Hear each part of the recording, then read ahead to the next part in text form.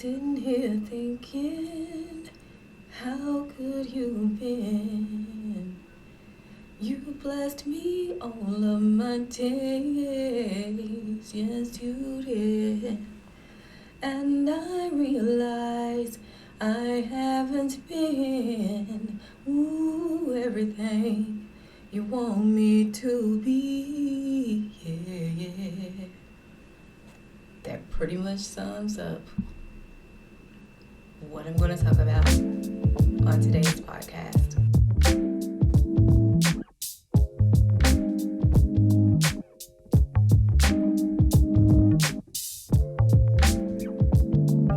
Welcome back to Beautiful, I Am Colored. This is the place where I share insights, perspectives that I've gained from my life in hopes of bringing you hope and healing as we navigate this thing called life. It has been quite a long time since I've done my podcast and the version of my podcast that I do. But I tell you, it feels so good to be back. So good to be back. Got my little microphone hooked up. I had packed it away in this little case. And, it's just so important to do what we know we're called to do, because otherwise we create frustrations for ourselves. We create conflict for ourselves. And I've said this in times past on my podcast, but, even when you're married, like me, I've been married for 29 years as of last week. Same person for 30-something years. And even in marriage relationships, it's still so incredibly important for you to follow through on the purpose and what you know that you've been called to do, and to not second guess it just because things aren't working out the way you think they should. That's a little bit of an intro for this, probably what's going to be a very long podcast. I'm going to warn you right now, I have been way more tearful than I normally have, but I'm going to try to get through this as best as I can, and unpacking what has taken place over the past month or so, in terms of me just feeling overwhelmingly sad. I was doing so good. I felt like, I'm on a weight loss journey, and things I felt were going good, really good with that. And then I always look forward to a new year, start fresh, get renewed, let's go. And my January was pretty awful. And guess what? It was because of me. So I'm going to talk about that. But before I do, for those of you who are new here, which I can't even remember if I introduced myself, my name is Evelyn, and I am the creator of this podcast, this platform that I'm using, YouTube now. I'm grateful for. I'm also the author of the book titled Beautiful, I Am Colored, and this is an extension of that book. But before I get into the details and the nuanced stuff that I want to share with you about what I've been going through, I want to first bring back my segment that I call shout outs and thank yous. Now, this is a moment in my podcast where I shout out a person, place, thing, or idea who has been a blessing to me, because I believe it is so important to elevate when people do good things for you, or when a thing has been a blessing to your life. And this week's podcast, I want to shout out algorithms. Oh yes, you heard me right. I'm shouting out algorithms. You want to know why? Because these algorithms are real tricky, and it's going to make sense when I get into my details for today. But these algorithms on these platforms and stuff, right now I'm only on YouTube, thank God, because I used to be on Instagram, LinkedIn, Facebook, still have a signed up Beautiful, I Am Colored on TikTok, but never use it. And I just said, I don't want to do all of that. I had a website. I still have a website registered, but I haven't did anything with it. I need to, and I will say that much when time allows. But I was just like, no, we're going to simplify this thing, and we're going to be on the YouTube. And this YouTube algorithm is something else in terms of the types of videos that it links to your account based on the things that you like, pages that you like, pages that you spend time on, etc. And like I said, that'll make more sense here when I dive into what's been happening with me. But yeah, thank you, algorithms. Okay, so like I was watching quite a few videos. I'm on YouTube more than I am anything because it's just a huge place where you can get a lot of information, visual information at that in a short period of time. I mean, I have cleaned my water cooler using a video off of YouTube before, like step by step, that somebody like you, somebody like me, could just go on and watch, you know. And because I am on compounded semaglutide to help with weight loss, I've been watching a lot of videos, other ladies' videos, commenting on them, subscribing to their pages, you know, just learning about their journeys. But of course, as you like, and as you know, they're connected to somebody else who's connected to somebody else. And then if you watch one video that's different than that, it'll take you to a whole nother and down a whole nother avenue. And one of the videos, a couple of the videos that were popping up in my feeds had to do with there was one lady, oh wow, oh Lord, I'm going to mess it up. I don't remember her name.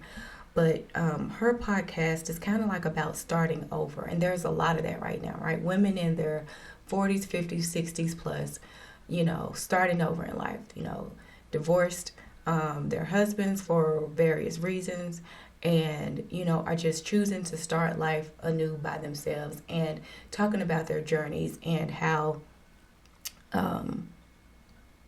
I don't know if the word is happy that they are, but just starting fresh, just a clean slate.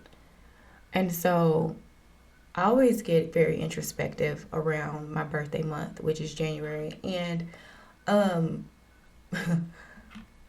I started watching these videos. And I was like, because I was just intrigued, you know, because I'm in a place now where I just felt frustrated, discontented, you know, with my job. I'm in government, but I'm an executive assistant and for a government agency here, and have been an assistant for quite some time. I'm absolutely exceptional at it, but I desire to not be in that field. In other words, I don't want my career to stay stagnant at this particular role because I just feel like I have so much more capacity than that. Also discontented with the salary. So I had set myself a financial goal last year from a salary standpoint that I did not reach. I know you want to know what the salary is, but that's my business, and I'm gonna keep that to myself because it's still a goal of mine. So when I am in an incubative state, I do not share publicly those things. You'll learn that about me as I podcast more on this platform. But I had watched these videos and, you know, just kind of thinking, and then the more I watch these videos, not spending hours on it, it's just been like, you know, here and there, you know, once or twice a week. And, you know, I just started to think about, like, I just don't really want to be doing this right now. But I really wanting to do this, because finances have been very tight for several months now.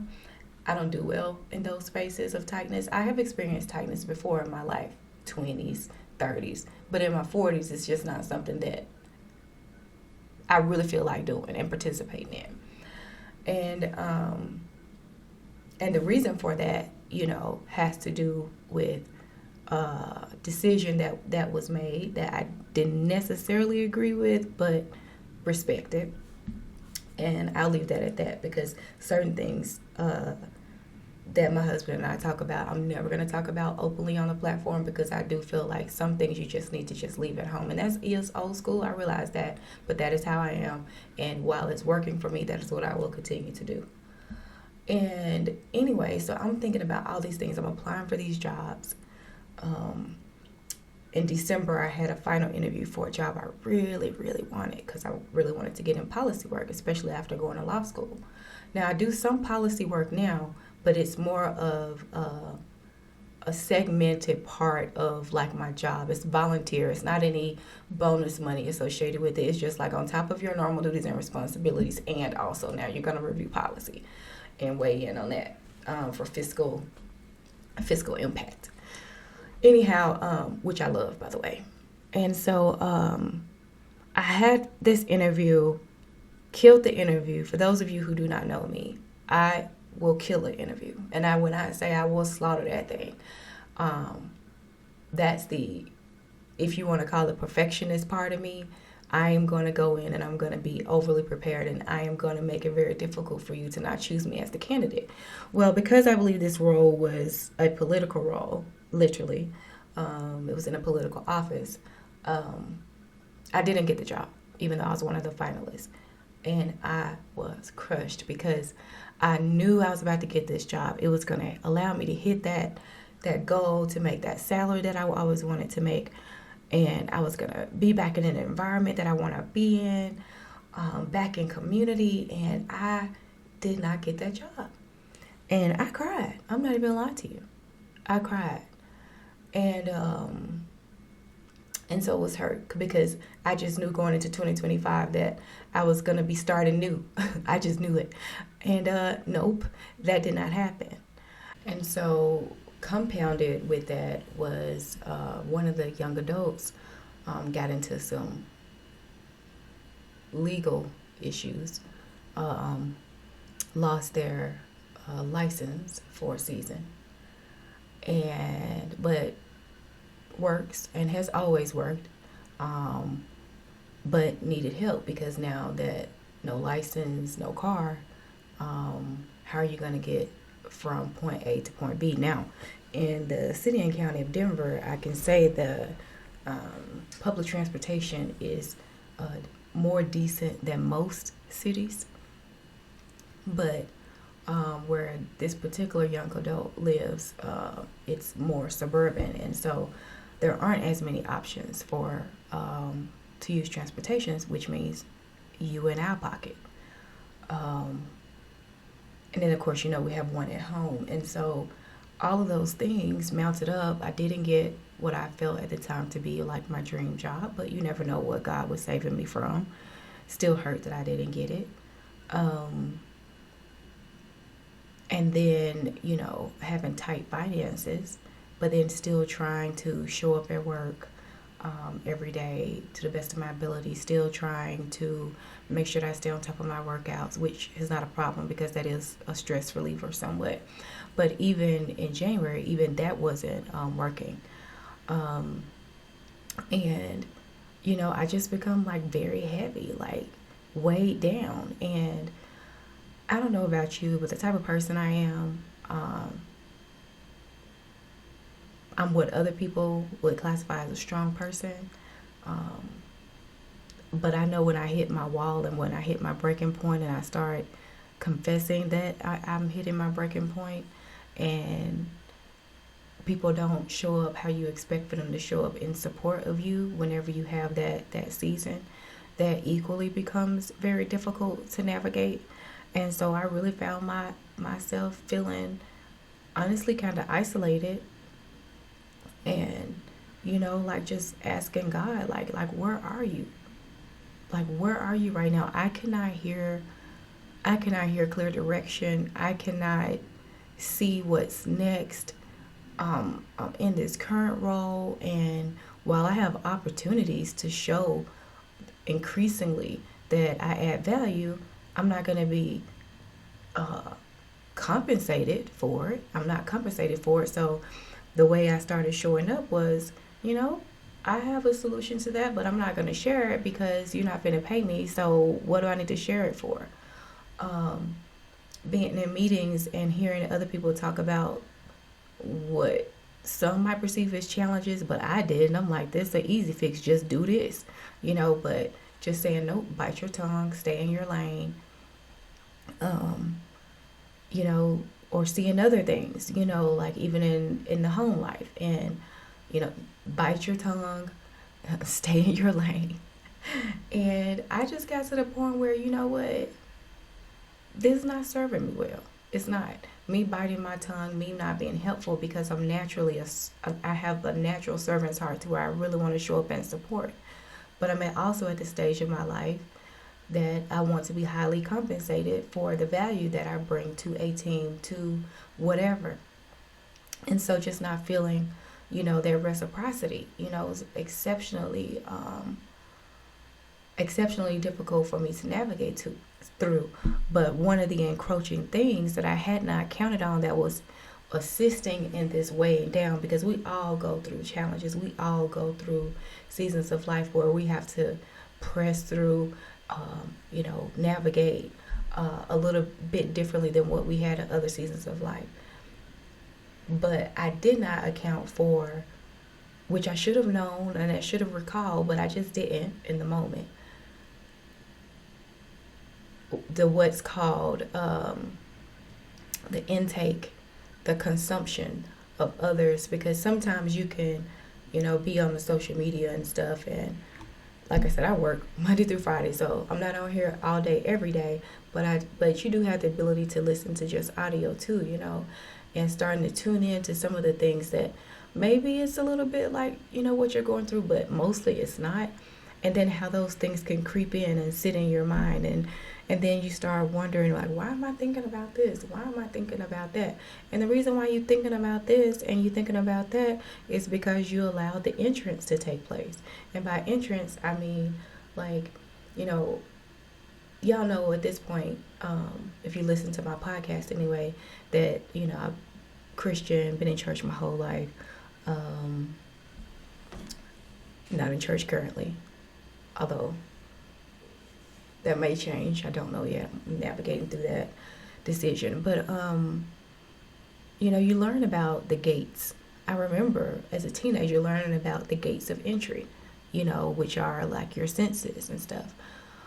But it wasn't until I was asking God, and I was like, God, like, I cannot hear you. And I couldn't even, straight up with you, I couldn't even really pray for myself. I really couldn't. So I was at one of my weakest days, I would say, and I just said, I need help. God, I need help. Because I just cannot. I just cannot. And it seemed like after I said that prayer, the algorithm thing started to shift. And so then Sarah Jake's, a couple of her messages, which one that really was helpful just a couple of days ago, which I'll link it in the description notes. But and so one of hers popped up, and then of course the longer you listen to one, the algorithm starts to speak to other pieces, and so listen to hers, and then that resulted in me listening to Dr. Cindy Trim, and then that resulted in me listening to Dr. Juanita Bynum, who is doing right now a wonderful 17-part series on the brain. And she talks about like what happened to her, and how when you're at the point of a nervous breakdown, like what actually happens in the different parts of the brain, and how the heart and the brain, the memory is stored no matter what it is. Like, you can't stop your brain from doing that. You can't stop your brain from recording, the intake. You can't. And so it becomes all important to monitor and to examine, what you're taking in. Or I can put it a little bit more simplistic than that and say, where your focus goes is where the energy flows. That might be more of relevant terms for non-church people. And so because my focus was going through initially, like, yes, the GLP-1 stuff, which is separate and apart, but then also, looking at, the Divorced Wives Club. It's not really, that's not the name. That's the name I'm giving it. The Divorced Wife Club video, about how you get your life together. Now, granted, some of these women did leave some, they needed to leave, But that doesn't mean that that's my situation. And that's not to say that Marlon and I don't have our own fair share of challenges to work through. You can't be with somebody for 29 plus years, married, 30 something years together, and not, go through seasons of challenge. And so, in seasons of challenge, how you define it may be different than how I define it, and that's totally fine.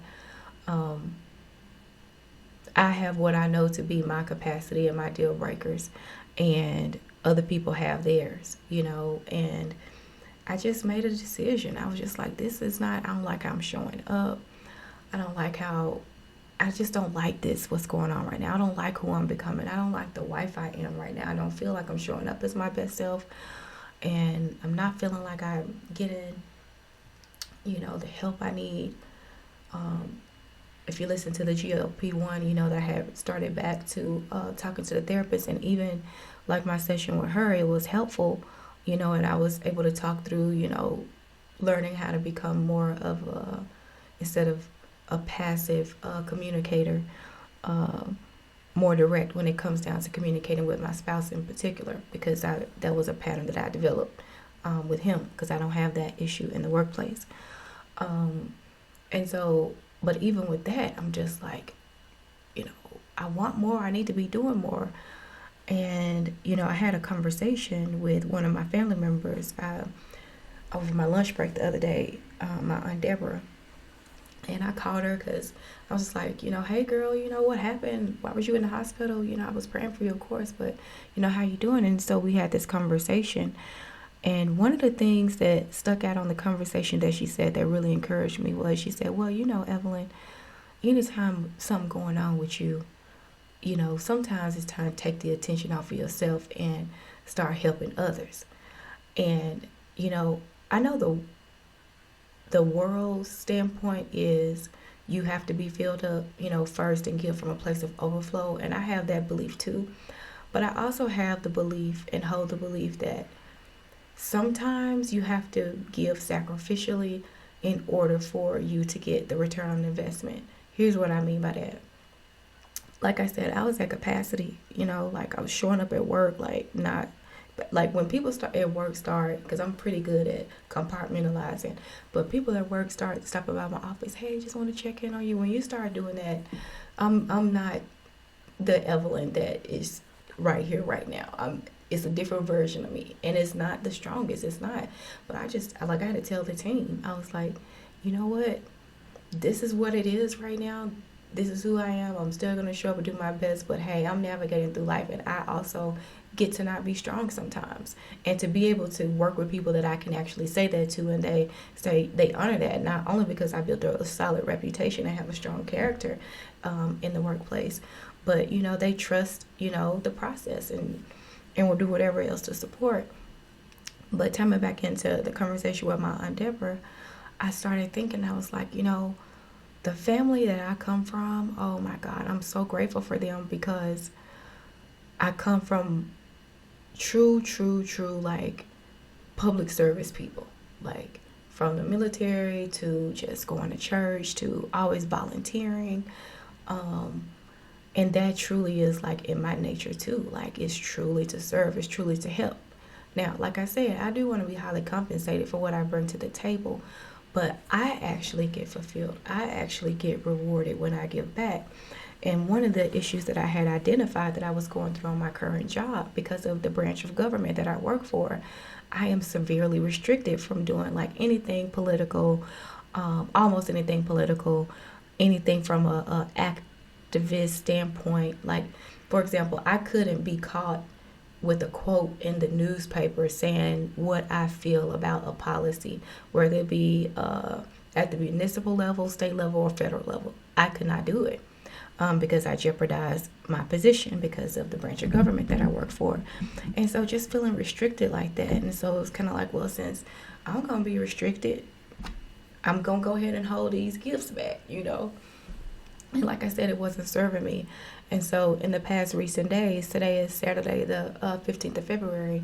In the past recent days, I've just had to really kind of work on renewing my mind and filling my mind up and overloading it, quite frankly, choking it out with the things that I know to be true.